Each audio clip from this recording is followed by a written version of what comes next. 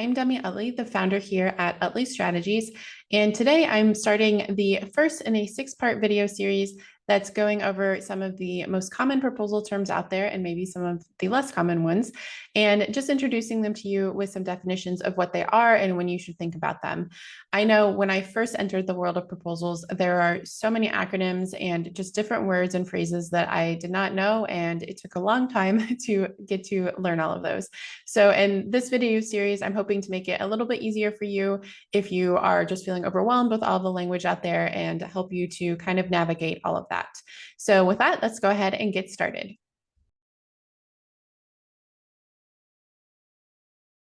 The first term today I want to go over is business development. So this is a fairly popular term, so we're starting with an easier one. But if you are not familiar with business development in the world of proposals, it can be defined as the act of going out and identifying and actually pursuing business opportunities. So this might include something like expanding into a new market, identifying new contracts, finding new business partners, or even targeting a list of potential clients.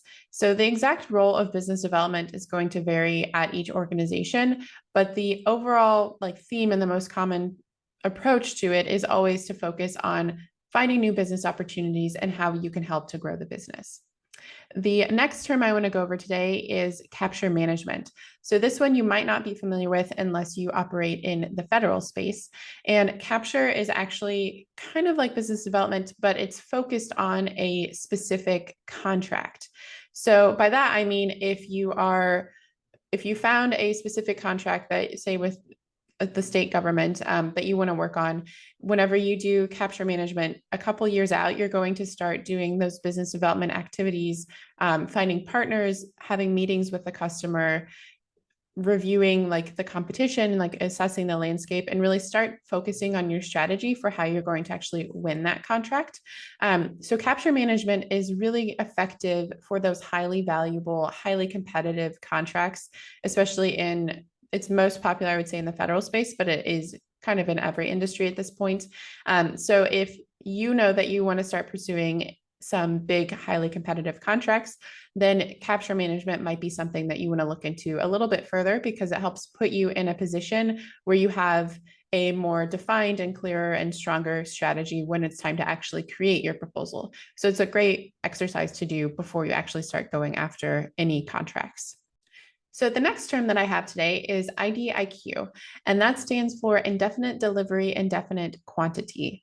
And GSA, which is a government contracting agency, defines IDIQ contracts as those that provide for an indefinite quantity of services or goods for a fixed amount of time.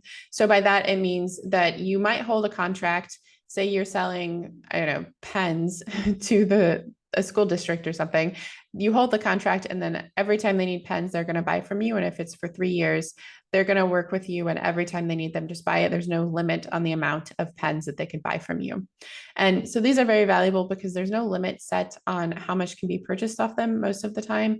And it's held in place over a certain amount of time, which means that you are the go-to vendor or list of vendors if you hold that contract.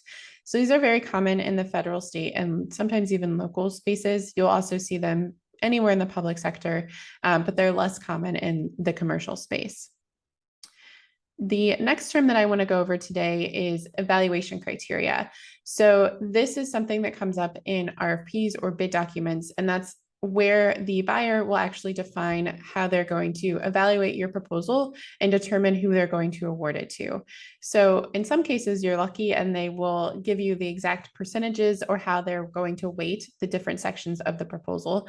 So by that, I mean, say the team section might count for 30%, whereas the pricing's 20%, and then your company history maybe is 10, and so on until you get to 100. So that's really helpful because then you know exactly what's important to them and where to focus your energy. Not every RFP, unfortunately, goes into that level of detail. So there will be times where you have to read between the lines. Sometimes they'll say exactly what kind of factors they're going to be evaluating on, just in a sentence, but they don't give you the exact percentage points. So then it's a little bit more difficult. But if you do see evaluation criteria, you should be using that as your guide point as you are creating your RFP response. And then another term today that I want to go over is the term best value. So in proposals, this is meant to describe how a procurement is being evaluated. So if it's best value, it means that they are using factors beyond just price and the minimum qualifications to determine who they want to award the contract or project to. So best value means that they are focused on finding, of course, the best value for what they're investing in that specific contract. Things they might consider include just like the overall quality of your proposal and organization and solution, how convenient it is for them to get their goals and things like that, the competence of the bidding company. So for example, like your team experience or your company experience and things like that. Best value I would say most often it's a government term where it will come up, but a lot of times this is how many organizations are evaluating because they want to find the best overall value. But then on the flip side of that, we have lowest price technically compliant. So this is another procurement term. And with this one, instead of evaluating based on the overall value of whatever it is that you're bidding, they're evaluating first on who is technically compliant. So they're just going to make sure that everyone meets the minimum requirements of what they're looking for. And then whoever's the lowest price of those who are technically compliant is going to get the contract. So if you bid, first you want to make sure that you're technically compliant, and then you want to try to be the lowest price bidder. These are pretty much exclusively awarded on price, as you can tell in the name. So that means that going into it, you're going to really need to focus on your pricing strategy and make sure that it is a contract that you are able to support and win if you have a lower price than say you would normally have. So that's something to keep in mind. Whereas for best value, you're able to show your overall value. And then in this type, the lowest price technically compliant, you meet the minimum requirements and then make sure that you're the lowest priced. So that's it. That's everything that I had to go over today. I hope you found this helpful. If there's a term that you would like to know that wasn't included today, just pop it in the comments and I'll try to incorporate it into a future video. And in the meantime, make sure you go ahead and subscribe so you get notifications when those videos are posted. And I also share a lot of proposal tips and tricks on this channel as well as on the blog. So I'll link to that below. So feel free to head over to that. Otherwise, I will see you in the next video.